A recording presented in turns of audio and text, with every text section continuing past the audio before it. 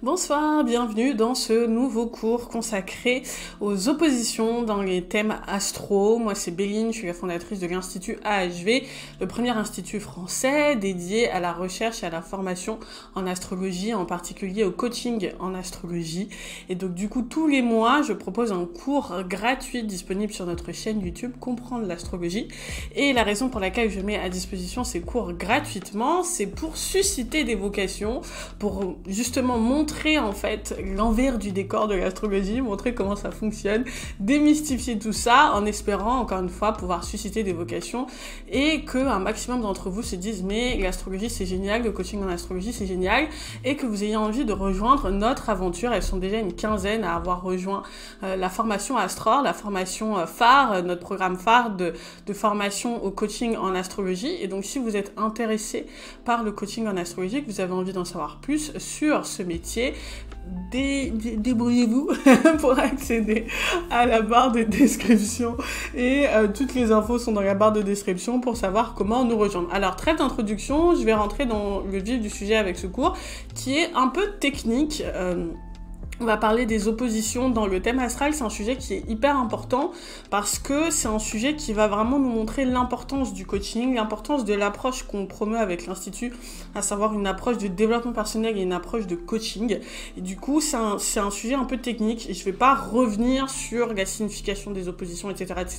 Parce qu'encore une fois, c'est les cours que j'offre le mercredi, les cours du mercredi, les astro-cours qui sont disponibles, c'est des cours qui sont pas destinés aux débutants. Donc si vous êtes un peu perdu, c'est normal, c'est parce que c'est pas des cours qui sont destinés aux débutants, mais pour ceux qui s'y connaissent déjà un peu en astrologie, vous allez comprendre, on va approfondir en fait ensemble ce soir la mécanique des oppositions et surtout comment on s'en sert dans une dynamique de coaching, dans une posture en fait de développement personnel. Voilà, donc c'est ce qu'on va voir ensemble et vous verrez, ça va être cool. Alors du coup, comme je l'ai dit, rentrons dans le vif du sujet. D'abord, avant de parler précisément des oppositions, j'ai envie de faire un rappel sur les principes en fait de l'astrologie haute vibration, la raison pour laquelle je dis qu'on a une approche qui est innovante de l'astrologie et comment on se distingue en fait de l'astrologie traditionnelle, l'astrologie que vous pouvez retrouver dans la majorité des sites internet sur les réseaux sociaux. Ça tient à ces trois principes qui sont hyper importants et qui, mine de rien, en fait, changent complètement la lecture qu'on peut se faire d'un thème astral et la démarche même avec laquelle on va utiliser un thème astral. Donc le premier de ces trois principes, c'est le principe de neutralité. Vous verrez à quel point il est important quand on parle de l'opposition en astrologie, c'est que dans l'astrologie haute vibration, l'astrologie telle que je la promeus avec l'Institut, c'est il n'y a pas de bien et de mal. Il n'y a pas de planète maléfique et de planète bénéfique, il n'y a pas de placement maléfique et de placement bénéfique, il y a une neutralité en fait. Tout dépend du degré de conscience qu'on a par rapport à ces placements, que ce soit une planète, que ce soit une maison, que ce soit n'importe quoi dans le thème astral. Tout dépend en fait du degré de conscience de l'individu et donc il n'y a pas de bien ou de mal en soi. Et on verra justement pourquoi c'est important ce soir, pourquoi c'est important dans cette vidéo, parce que justement, l'opposition dans l'astrologie haute vibration, c'est pas forcément quelque chose de maléfique comme on peut le lire partout en fait dans les bouquins traditionnels d'astrologie. Le deuxième principe qui est important, c'est un principe d'empouvoirment et là aussi c'est hyper important par rapport à ce qu'on va voir maintenant, c'est que l'astrologie ne te limite pas et surtout elle te dit pas quoi désirer. C'est-à-dire qu'il y a beaucoup d'astrologues malheureusement qui ont une posture vis-à-vis de l'astrologie, du thème astral et de la façon dont ils accompagnent les gens qui est, voilà, en fait, ça sert à rien de vouloir ça sert à rien d'espérer ça, parce qu'en fait, ton thème astral, il te dit non. Et dans notre approche de l'astrologie de vibration, on part du principe que, à partir du moment où une personne a un désir, ce désir, il a quelque chose à nous dire, ce désir, il est juste, et c'est pas à nous de juger est-ce que le désir est bon ou pas, est-ce que il y a une limite, en fait, à laquelle une personne peut prétendre ou pas dans la vie, est-ce qu'il y a un succès limité, en fait, auquel une personne peut prétendre ou pas dans la vie. C'est pas notre rôle. Notre rôle, justement, c'est de donner du pouvoir aux gens et de faire en sorte qu'à partir de leur thème astral, on puisse leur dire comment ils peuvent assouvir leurs désirs, comment est-ce qu'ils peuvent atteindre leurs objectifs, et pas de les limiter par rapport à ce qu'ils ont envie de faire. Et c'est hyper important quand on parle des oppositions, parce que c'est un des principaux arguments qu'utilise ce que j'appelle l'astrologie poubelle, l'astrologie toxique, ce qu'utilisent les mauvais astrologues, entre guillemets. J'aime pas distribuer des mauvais points, mais en l'occurrence, c'est important qu'on en parle. C'est un des arguments que vont beaucoup utiliser les astrologues pour dire, ben voilà, en fait, tu peux pas faire ça parce qu'il y a telle opposition dans ton thème, et donc ça veut dire que, grosso modo, ton désir, il est pas valide et que tu peux pas faire ça, ok? Nous, c'est pas justement l'approche qu'on a. Et puis, le dernier point, qui là aussi est très important, par rapport à l'interprétation qu'on va faire des oppositions dans un thème astral, c'est le principe de cohérence. Et ce principe de cohérence, il veut quoi? Il veut qu'un thème astral, c'est un projet, en fait.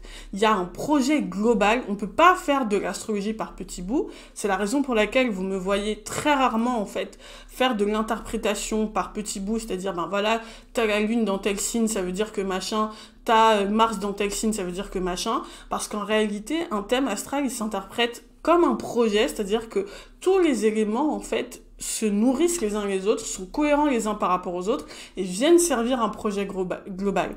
Et ça, c'est hyper important de le comprendre parce que, ben, du coup, quand on regarde un thème astral, eh ben, on se rend compte que tout nourrit, en fait, le projet et qu'il n'y a rien de maléfique, en fait. Que les oppositions, notamment, c'est ce qu'on va voir maintenant, les oppositions, elles viennent renforcer le projet global, elles sont au service du projet global et elles sont pas un problème à résoudre. Au contraire, ça emmène l'individu vers sa plus haute vibration, c'est ce qu'on va voir maintenant. Une fois qu'on a rappelé ça, on va pouvoir maintenant préciser aussi un autre point important par rapport notamment à toutes les personnes qui sont intéressées par l'approche de coaching et qui sont coach peut-être avec l'Institut, qui me regardent, si vous me regardez, coucou les filles, ou qui ont envie d'être coach, qui ont envie de se former au coaching en astrologie. Il faut bien comprendre que notre approche, c'est pas d'interpréter un terme astral pour interpréter un terme astral, mais c'est de se servir des informations qu'on va avoir dans les thèmes astrales, et notamment les oppositions, pour amener la personne à se transformer, pour l'amener à avoir des prises de conscience, ok? C'est ça notre rôle. Et donc on va voir ce soir notamment comment on se sert des oppositions pour ramener la personne à avoir des prises de conscience. Et ça, c'est révolutionnaire, j'insiste là-dessus, c'est révolutionnaire, parce que ça économise notamment des années de thérapie, c'est-à-dire que les schémas limitants auxquels on a accès grâce au thème astral, la rapidité avec laquelle on peut comprendre en fait ces schémas limitants, à laquelle on peut y accéder, et ben ça économise énormément de temps et énormément d'années de thérapie. C'est-à-dire que nous, rien qu'en regardant un thème astral, on peut avoir des informations sur la personne qu'il faudrait parfois des mois, voire des années à un thérapeute pour pouvoir déceler en fait chez la personne,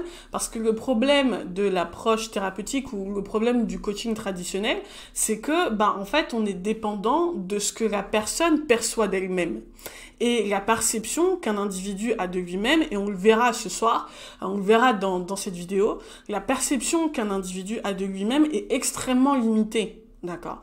Et donc justement, nous, ce qui fait notre force, c'est pas de dire à une personne qui elle est ou de lui dire non tu peux pas faire ceci ou d'essayer de prédire son avenir. Non, c'est justement de nous servir du thème astral pour l'amener à avoir des prises de conscience fulgurantes qui vont lui faire gagner un temps fou par rapport à l'atteinte de ses objectifs. Ok.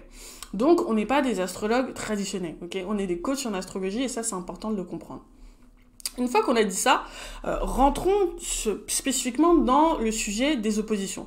Alors, ce qui m'a inspiré ce cours, c'est une vidéo sur laquelle je suis tombée de Margot Robbie. Donc, Margot Robbie, c'est une actrice hollywoodienne qui commence de plus en plus à être connue et reconnue, donc qui vraiment a percé à Hollywood, qu'on voit de plus en plus, qui a joué dans plein de films avec des grands acteurs, DiCaprio, Brad Pitt, etc., qui a joué avec qui a joué pour des très grands réalisateur, enfin bref, très connu, et qui partageait dans une vidéo, en fait, elle était interviewée par un journaliste qui lui posait des questions par rapport à son astrologie, et elle expliquait au journaliste que elle s'était un peu éloignée de l'astrologie, qu'elle comprend l'intérêt pour les gens, mais que elle, en fait, elle s'y intéresse pas plus que ça, parce que elle ne s'identifie pas du tout à son signe cancer et à son ascendant cancer.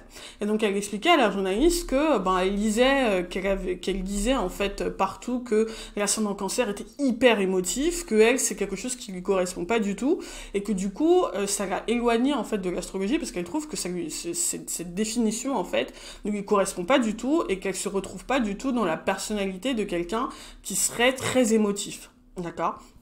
Et donc, du coup, ça l'a amené à se dire, bah, moi, je m'éloigne de l'astrologie c'est des conneries, grosso modo. Moi, il y a plusieurs choses qui m'ont interpellée dans cette interview. La première, c'est que, effectivement, réduire le signe cancer à l'hyper-émotivité, c'est vraiment passer à côté de 99% de l'information qu'il y a autour de l'énergie cancer, de ce que représente l'énergie cancer et le signe cancer. Mais surtout, ce qui était intéressant par rapport au cas de Margot Robbie, c'est que je me suis dit immédiatement, ça, c'est quelqu'un qui doit avoir des oppositions dans son thème. C'est quelqu'un qui s'est désidentifié de l'énergie cancer parce qu'elle doit avoir quelque chose en opposition dans son thème. Et ça, c'est hyper intéressant parce que ça nous montre comment fonctionne la dynamique, en fait, de l'individu. Et ce que je vous dis par rapport au fait que l'astrologie, c'est pas la personnalité de la personne.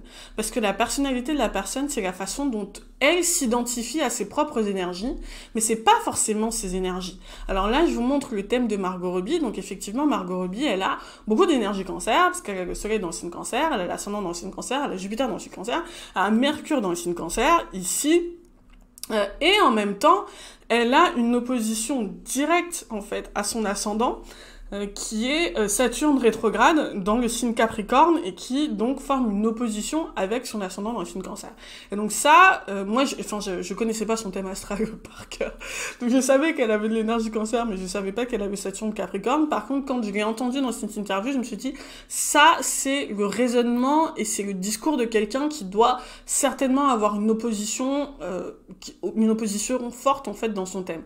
Et effectivement, Margot Robbie, c'est quelqu'un qui a, du coup, cette opposition forte, puisque Saturne, en plus Capricorne, c'est un Saturne qui est puissant, puisque Saturne est à domicile, comme on dit dans l'astrologie traditionnelle, mais c'est en fait un Saturne qui a du poids par rapport aux autres planètes dans son thème astral. C'est ça que ça veut dire, hein, le fait que une planète est puissante, c'est pas puissante dans l'absolu, c'est puissante par rapport relativement aux autres planètes dans son thème astral.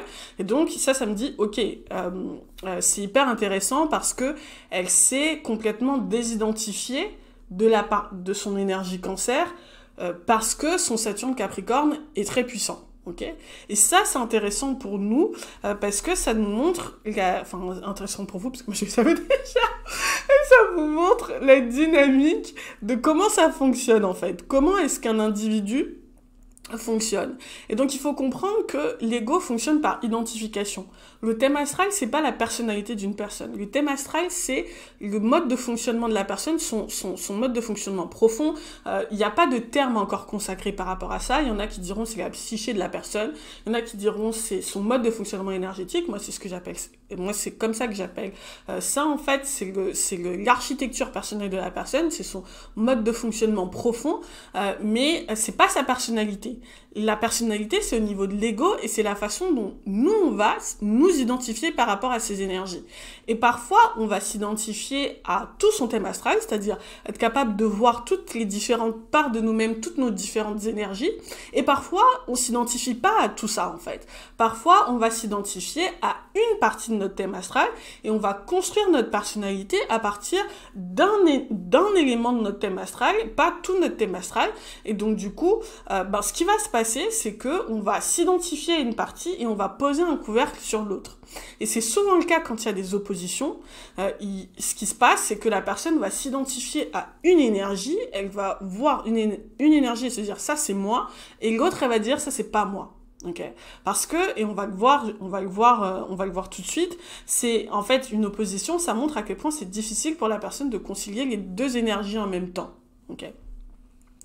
Et donc, grosso modo, comment ça se traduit l'opposition? En astrologie haute vibration, celles qui sont coachs à l'Institut le savent. Moi, j'utilise pas les termes de carré et d'opposition, etc. Pour moi, tout ça, c'est des oppositions. Il y a des oppositions qui sont directes. Donc, l'angle de 180 degrés, c'est opposé, en fait, directement, ou c'est indirect quand ça forme un carré. Donc, un angle à 90 degrés. Mais dans tous les cas, c'est une opposition. Ce soir, on parlera des oppositions directes. On parlera des oppositions dans le terme consacré par l'astrologie traditionnelle. Okay, mais du coup, l'opposition, elle nous dit quoi? Elle nous dit la façon dont la personne perçoit en fait ces énergies, c'est qu'elle peut pas les utiliser en même temps. Je peux pas avoir ça et ça en même temps. Je vous invite à regarder le cours que j'avais déjà fait sur les aspects en astrologie où je vous explique ça en fait. Ce que se dit la personne, c'est je peux pas avoir ça et ça en même temps. Ou je peux pas tout avoir en même temps dans la vie. Non mais dans la vie, on peut pas tout avoir, etc. Donc c'est le genre de discours qu'on va tenir. Ou si je veux ça, si je veux nourrir cet aspect de ma vie, je dois forcément renoncer à cet autre aspect de ma vie.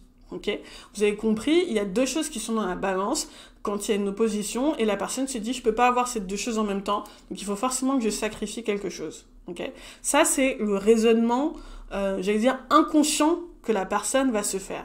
Et donc le but du jeu, ça va être justement de sortir la personne de ses raisonnements inconscients pour l'amener en conscience à se dire non, tu peux concilier ces deux énergies.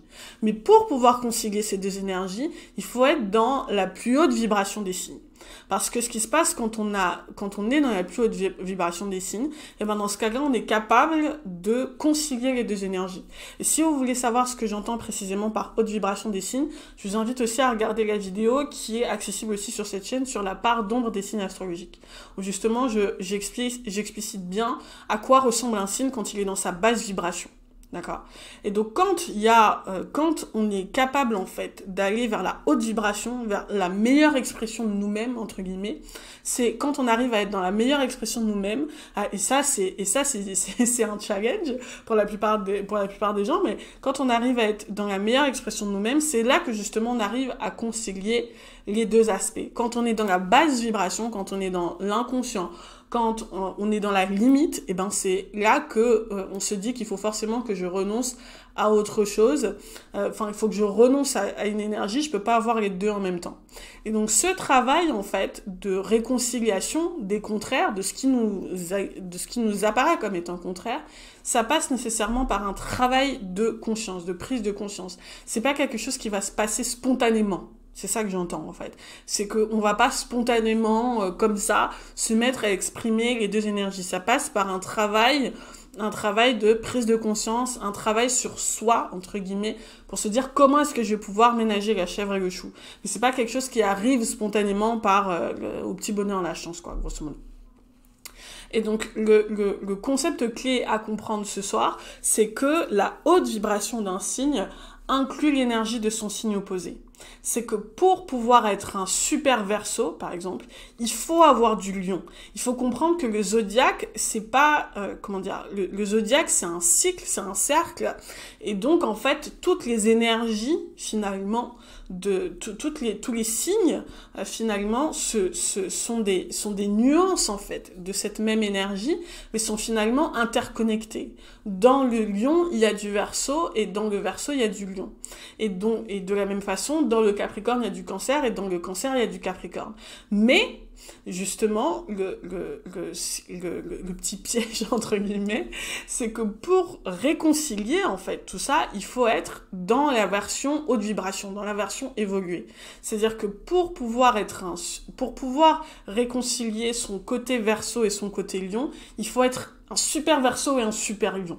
Et c'est ce qu'on va voir justement, je vais vous montrer des exemples dans cette vidéo, je vais vous montrer des exemples de à quoi ça ressemble très concrètement pour que vous puissiez vous rendre compte de ce que ça veut dire être dans la haute vibration d'un signe et comment est-ce que chez les gens, chez des individus, ça se manifeste pour que ce soit le plus concret possible et pour vous et pas abstrait. Pour celles qui sont coachs à l'Institut, il y a un atelier, toutes ne l'ont pas encore fait, mais il y a un atelier qui est consacré à ça, réconcilier les parts du coaché. Vous avez normalement déjà vu le cours consacré à ça, mais on fera en plus des ateliers par rapport à ça pour que vous puissiez vous rendre compte en séance comment ça se passe, en exercice comment ça se passe, comment on arrive à réconcilier les différentes parts en fait. Et justement, on va reprendre l'exemple de Margot Robbie, de qu'est-ce qu'on ferait en fait si on avait Margot Robbie en face de nous et qu'on devait la coacher. Alors, du coup, en coaching, comment est-ce qu'on procède? en coaching, on va faire dialoguer les différentes parties. C'est-à-dire qu'on va faire en sorte que la personne prenne conscience de, voilà en fait comment je vois mon énergie Capricorne, voilà comment je vis mon énergie Cancer, etc., etc. On va faire dialoguer les différentes parties. On va aussi faire un travail de déconstruction des croyances limitantes, parce que ces oppositions, en fait, elles vont se manifester dans l'esprit de la personne par un certain nombre de croyances limitantes. Des croyances limitantes, on verra des exemples tout de suite, mais des croyances limitantes du style, par exemple, quand il y a une opposition Cancer-Capricorne, des oppositions du style, si je veux avoir le job de mes rêves, je dois forcément renoncer à ma vie de famille. Okay. Et donc ça va aussi passer par un travail, ce travail de conscience en fait, de réconciliation, il va aussi passer par un travail de déconstruction des croyances limitantes. Mais là je m'adresse vraiment aux coachs et futurs coachs, ce qu'il faut comprendre, c'est que c'est pas à vous de trouver la solution et de la dire à la personne.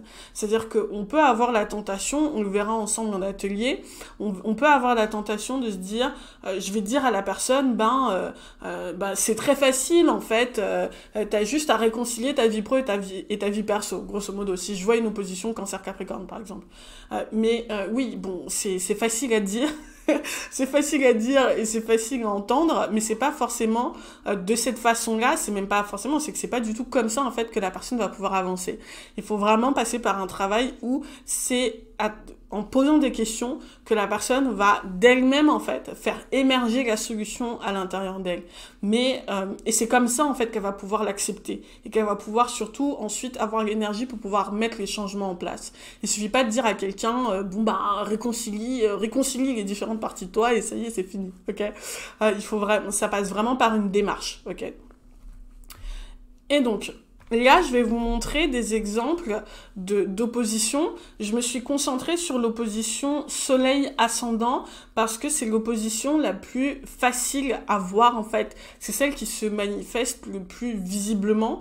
Mais ce que je vous parle, les oppositions, en fait, les exemples qu'on va voir là par rapport aux signes, c'est valable quelle que soit la planète. C'est-à-dire que une opposition, je sais pas moi, comme moi, par exemple, dans mon thème, Jupiter Cancer, Saturne Capricorne, en termes de dynamique, d'énergie, de conflit en fait intérieur, c'est la même chose que un ascendant Cancer et un soleil Capricorne. Enfin, vous voyez, ce qui est important, c'est surtout les signes plus que les planètes ou les placements qui sont impliqués. Donc, ce que je dis là, les exemples que je vais prendre sont tirés d'opposition Soleil ascendant parce que c'est visible, mais vous pouvez appliquer ça quelles que soient en fait les oppositions, quelles que soient les planètes concernées, d'accord?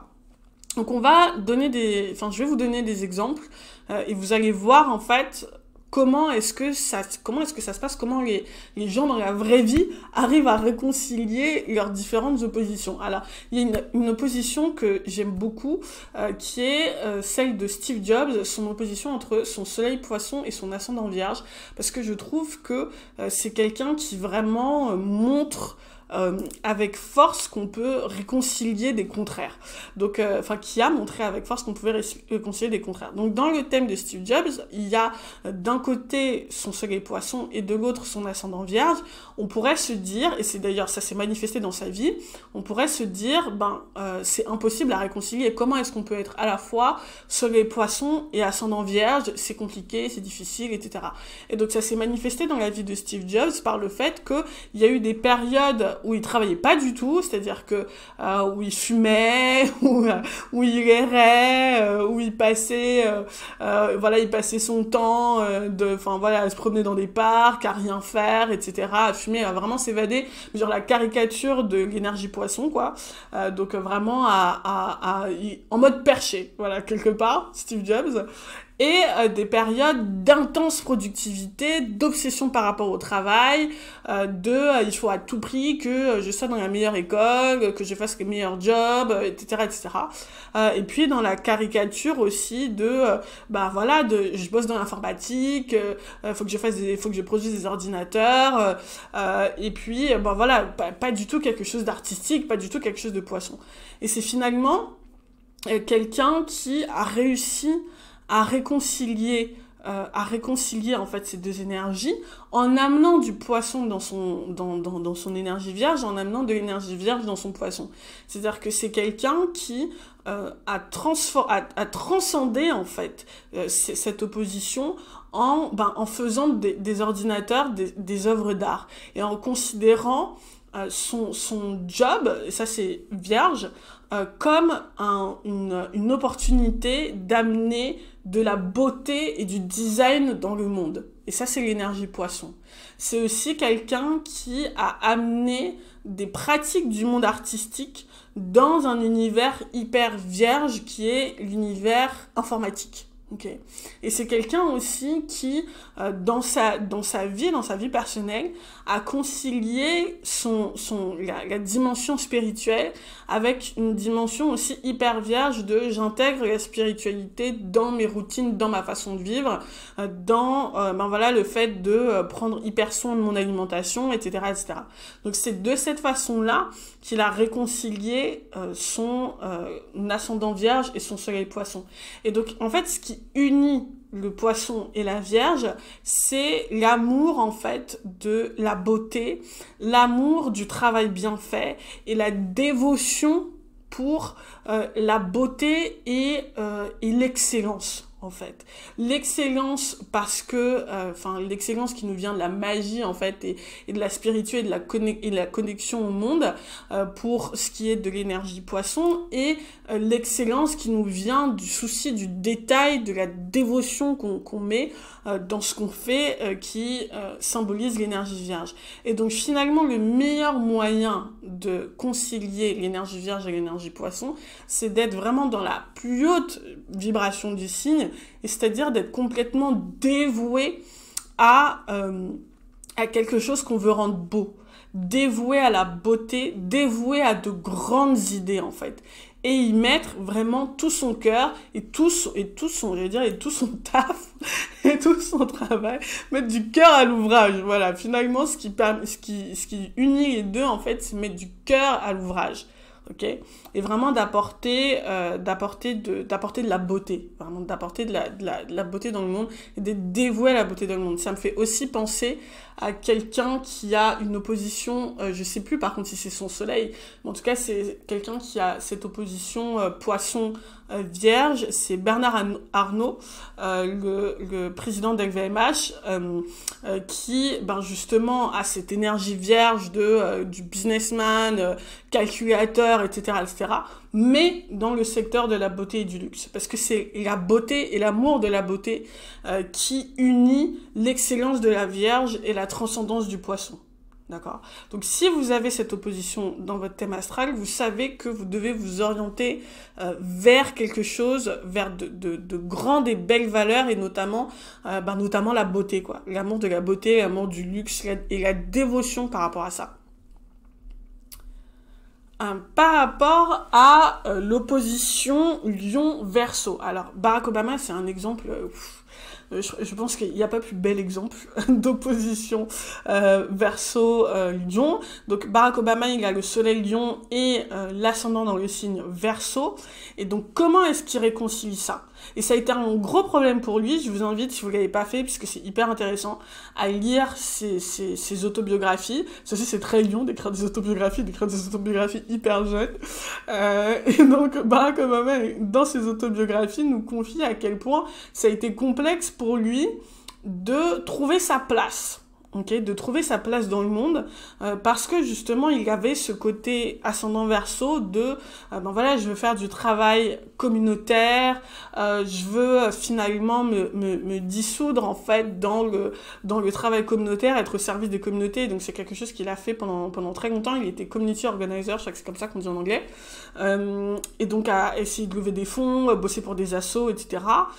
Et donc le côté très Verseau en fait, de je veux changer le monde, et je veux changer le monde en me faisant petit, et en même temps cette quête identitaire qui a toujours été très forte chez lui de en fait je viens d'Hawaï, j'ai une maman blanche, un papa noir, qu'est-ce que ça veut dire de moi, quelle est ma place dans l'histoire des États-Unis, etc., etc.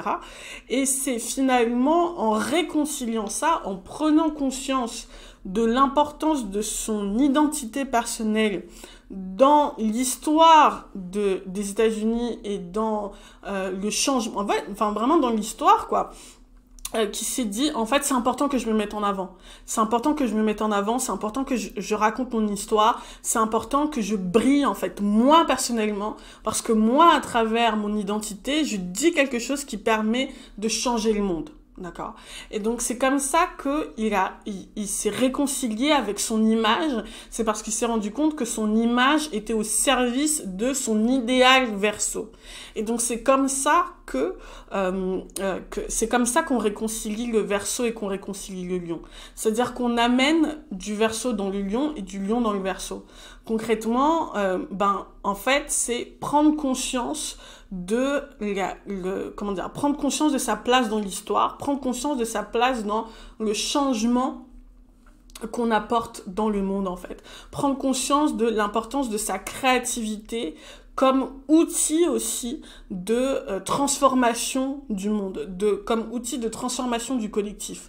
Et c'est comme ça qu'on réconcilie ces énergies. C'est-à-dire que si on est dans l'idée il faut que je sois dans quelque chose de purement artistique, purement personnel, purement spontané, purement créatif, je m'en fous en fait de l'impact que ça peut avoir sur le monde, on va on va être dans l'énergie Lion et on va éteindre l'énergie Verseau.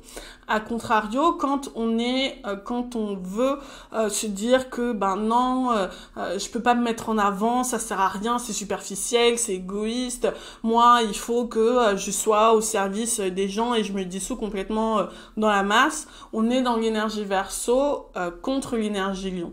Et l'union finalement des deux, c'est prendre conscience que sa lumière sert l'énergie collective et qu'il faut être dans sa plus grande lumière pour finalement servir au mieux le collectif. Okay. Et c'est vraiment comme ça quand on devient un super Verseau, quand on est un super Lion, c'est-à-dire qu'on a confiance en soi, confiance en son identité, confiance dans l'importance de qui on est dans l'histoire collective et dans le groupe. Et c'est comme ça qu'on arrive à être un super Verseau, c'est-à-dire à être un leader, incarner la transformation, oser prendre la parole, oser aussi c'est aussi parce qu'on se connaît bien soi-même, c'est-à-dire qu'on est bien dans son énergie Lion, qu'on est capable d'apporter quelque chose d'extraordinaire en étant Verseau, qu'on est capable de vraiment accéder à quelque chose à la meilleure énergie Verseau, c'est-à-dire être vraiment dans l'innovation, et dans quelque chose d'important pour l'humanité. Voilà. Donc c'est comme ça qu'on réconcilie les deux. Avec l'énergie, avec Ariana Grande, on va voir comment ça se passe quand il s'agit du Capricorne et du Cancer. On en a déjà un peu parlé avec Margot Robbie, parce que je l'ai utilisé comme exemple. Ariana Grande, c'est aussi un bon exemple de comment est-ce qu'on gère cette opposition Cancer-Capricorne. Donc Ariana Grande, si vous ne la connaissez pas, c'est une chanteuse très populaire, une chanteuse pop, et qui a commencé très jeune. Ça, c'est ascendant Capricorne, très tôt. Je prends des responsabilités, je sais où je veux aller, je veux mon succès, etc., etc. Et donc qui a commencé très jeune et qui aujourd'hui est devenue une immense chanteuse populaire. Et donc c'est hyper intéressant de voir comment est-ce que elle gère en fait l'énergie Cancer et l'énergie Capricorne, parce que c'est un bon exemple de comment est-ce que on peut concilier tout ça. Donc l'opposition entre le Cancer et le Capricorne, ça va donner des difficultés pas à trouver sa voie et sa place dans le monde, qui est très méta pour l'énergie, l'opposition Lion-Verseau, mais ça va plus être de façon très pragmatique et concrète, quel boulot je fais en fait. Grosso modo, ça va se manifester par un blocage dans la vie professionnelle, soit dans la vie professionnelle, soit dans la vie personnelle, se dire mais comment est-ce que je vais pouvoir trouver un job qui me permet vraiment d'être bien, quoi, d'être bien, de prendre soin de moi, et en même temps la peur aussi d'être beaucoup trop sensible, beaucoup trop vulnérable pour ce monde Capricorne, ce monde Capricorne froid, temps où c'est la guerre de chacun contre chacun, ok? Et donc ça peut amener des croyances limitantes du style je trouverai jamais de travail, je trouverai jamais un travail qui me fait du bien, ou je dois forcément renoncer à ma sensibilité pour pouvoir entrer dans le monde du travail, pour pouvoir réussir dans le monde du travail. Et donc la façon de concilier ça, c'est justement de mettre sa sensibilité au service de sa carrière et de s'autoriser en fait à être soi-même, notamment émotionnellement, notamment dans sa sensibilité, être soi-même dans le domaine professionnel. Okay. Et donc Ariana Grande, c'est un bon exemple d'utilisation en fait de sa sensibilité au service de ses grandes ambitions, parce que justement, toute sa sensibilité, toutes ses aventures amoureuses, toutes ses émotions, ses épreuves de vie nourrissent en fait son projet professionnel, nourrissent sa créativité, à travers sa créativité, son projet professionnel. Et puis surtout, c'est quelqu'un qui assume complètement, après c'est pas le cas de toutes les personnes qui ont de l'énergie cancer, mais elle assume complètement le côté très maternant, très vulnérable. Elle en a même fait une force en faisant son image de marque. Okay. Le côté, jeune Lolita, très cancer, il y a de ça souvent chez les cancers, et c'est étonnant parce que Margot Robbie, c'est là qu'on voit que c'est vraiment une question d'identification, et que c'est très inconscient chez elle, parce qu'elle se rend pas compte à quel point elle nourrit en fait l'imaginaire cancer en permanence. Elle est tout le temps, on la voit souvent en fait dans des photos où elle est habillée en rose, où il y a du rose, elle joue des rôles où elle est justement très très très très, très émotionnelle, où elle sort vraiment de ses tripes. Elle a la lune scorpion, on l'a vu tout à l'heure, donc c'est vraiment l'hyper émotionnel, mais comme elle le met au service de son projet Capricorne de sa carrière, c'est ça qui lui permet de dissocier en fait. Mais justement, l'objectif, si on l'avait en coaching, ce serait de l'amener à prendre conscience que elle peut s'autoriser à être cancer aussi dans sa vie. Okay. Elle peut aussi s'autoriser à être cancer dans sa vie et à amener cette sensibilité dans sa vie personnelle pour nourrir sa vie personnelle. Okay. Et donc, concrètement, dans la vie des gens, ça peut, les solutions, souvent, ça ressemble à je vais travailler de chez moi, par exemple, ça ressemble à je vais travailler en famille. Ça aussi, ça peut être une façon de concilier le cancer et le capricorne, mais les solutions que les gens vont trouver dépendent d'eux et de leur situation. Donc, c'est pas à nous de venir calquer des solutions toutes faites, mais c'est à nous de les amener à avoir des prises de conscience qui vont les aider à trouver les solutions à l'intérieur d'eux-mêmes. Okay. Mais donc, le cancer capricorne, c'est l'équilibre vie pro, vie perso. Je caricature, mais c'est ça l'idée.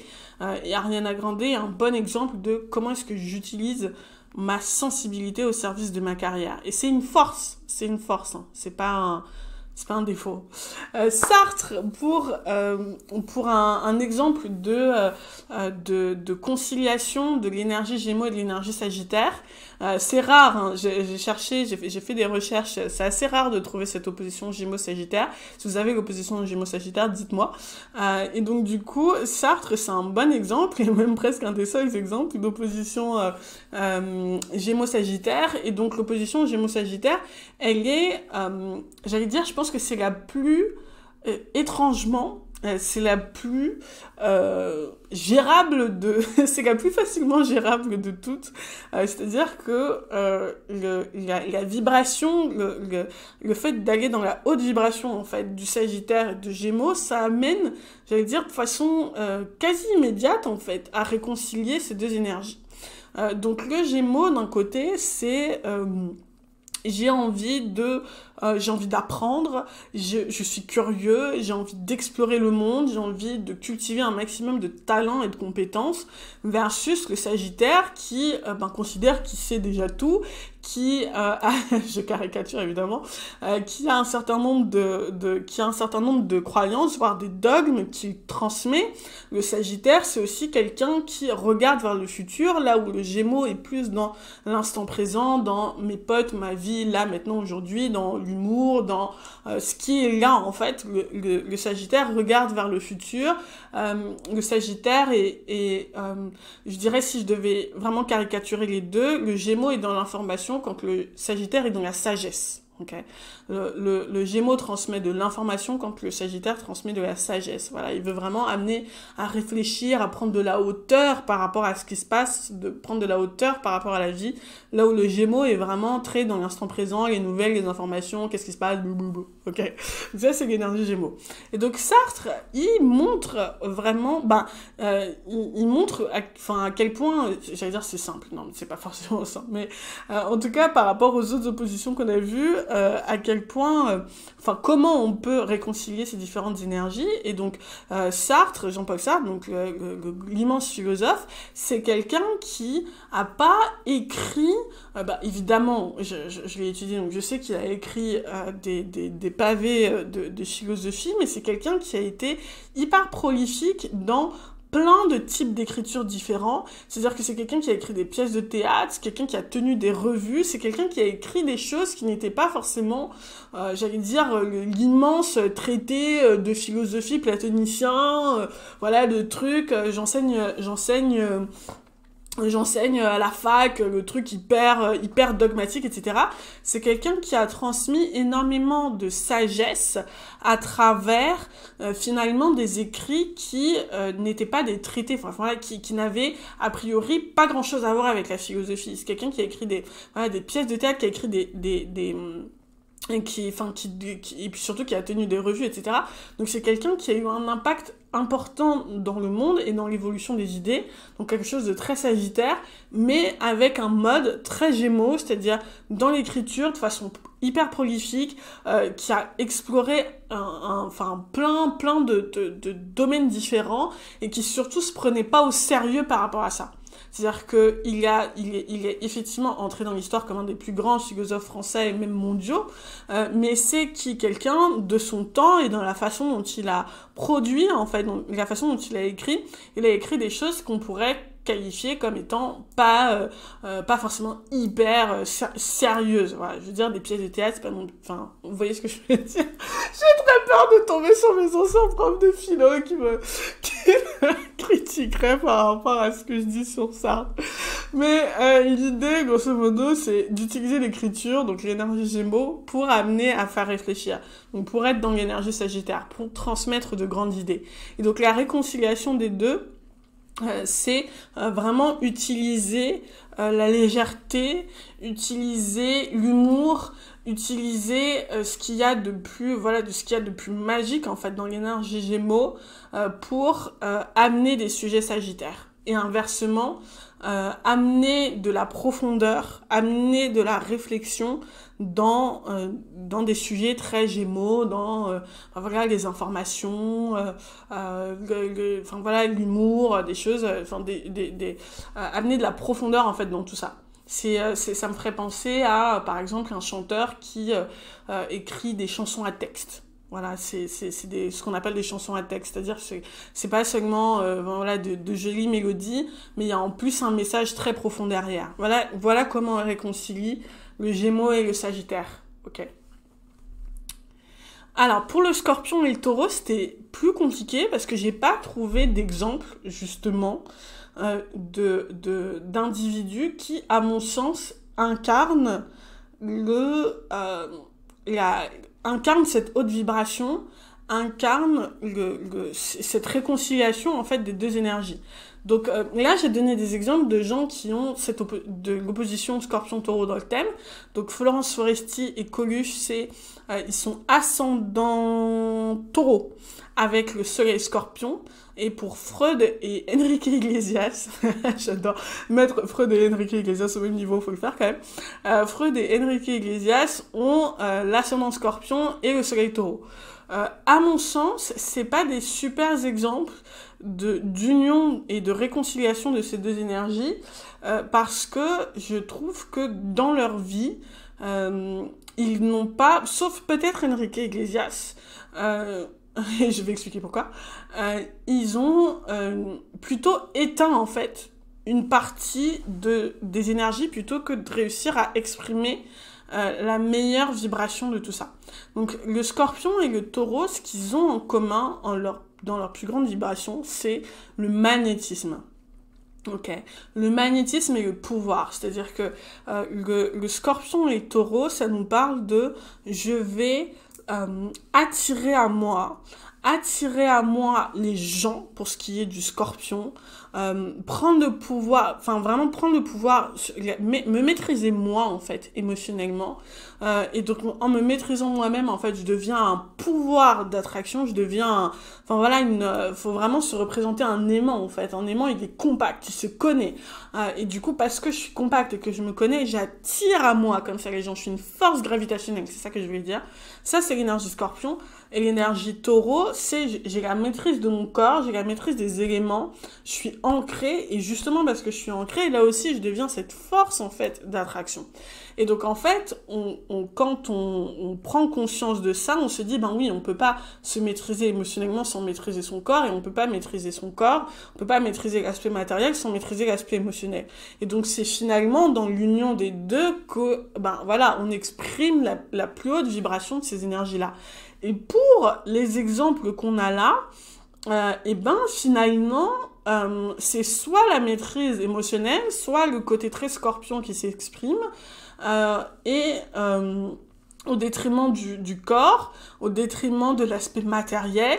Ça me fait penser à Coluche qui justement, je trouve, après il faudrait que je creuse son thème, hein. J'ai pas creusé son thème, mais qui, ben justement, ben voilà, c'est pas quelqu'un qui représente spécialement l'abondance, ou en tout cas, il avait envie de s'en délester. Voilà, les restos du cœur, c'est l'abondance, mais pas pour moi. Donc peut-être qu'il avait Vénus dans le signe Verseau, faut voir. Auquel cas, on peut considérer qu'il a trouvé un moyen de réconcilier ses énergies. Mais c'est justement l'énergie scorpion, elle peut nous amener à être dans la destruction sans la construction de quelque chose. Okay, et donc à s'éloigner en fait de l'ancrage, s'éloigner du corps, s'éloigner du plaisir. Donc moi, j'interprète la vie de Coluche comme étant une forme de dépouillement qui est très scorpion, pas très taureau, mais il faudrait creuser, il faudrait évidemment lui parler, mais on ne peut pas, mais surtout il faudrait creuser son thème pour voir si finalement ça cache pas quelque chose de plus profond, parce que je parle de façon très, enfin, j'ai pas tous les éléments pour pouvoir approfondir le sujet. Mais voilà, moi j'ai pas l'impression qu'il y ait vraiment une réconciliation entre les deux parts de lui-même. Et pour ce qui est de Freud encore plus, bon, on pourrait dire que il a gagné de l'argent grâce à l'aspect psychologique, et c'était peut-être le but d'ailleurs. Ouais, c'est peut-être pour ça qu'il a inventé la psychologie moderne. C'était peut-être dans le but de gagner plein de blé. Auquel cas, ça pourrait être un mode d'expression de son soleil taureau.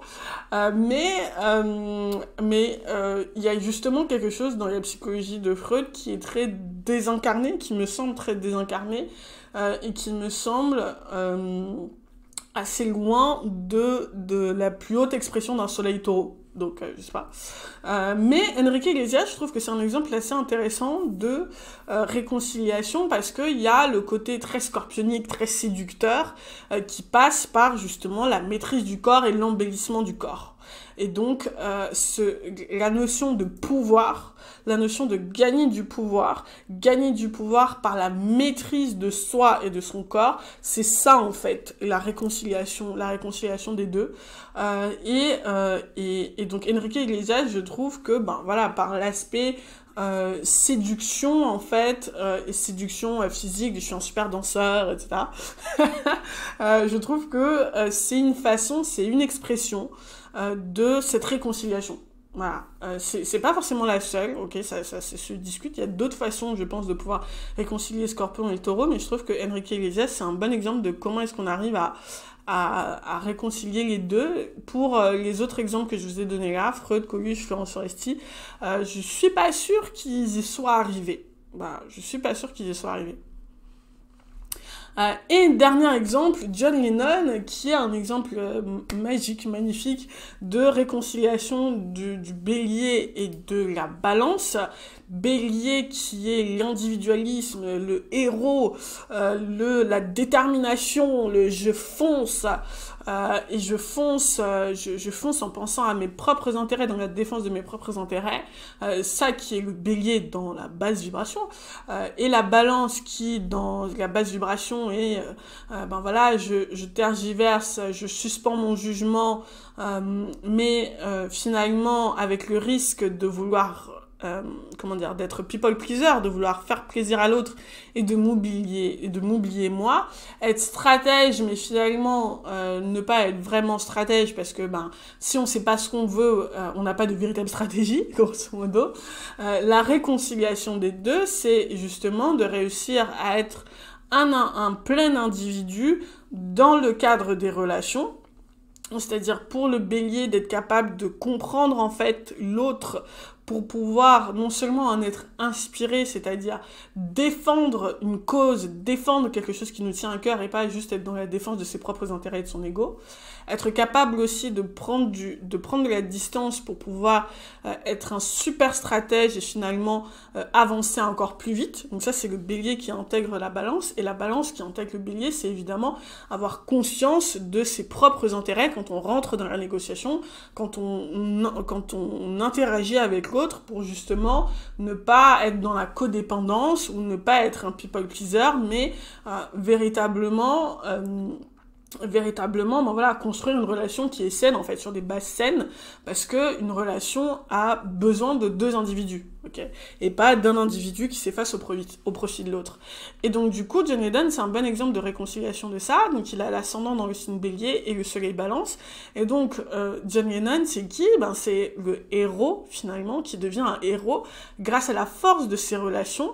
Donc, à la fois à travers son groupe, donc les Beatles, qui, ça montre quelqu'un qui a réussi à utiliser en fait la force du collectif pour se créer un nom, pour se faire un nom, pour faire avancer sa propre musique.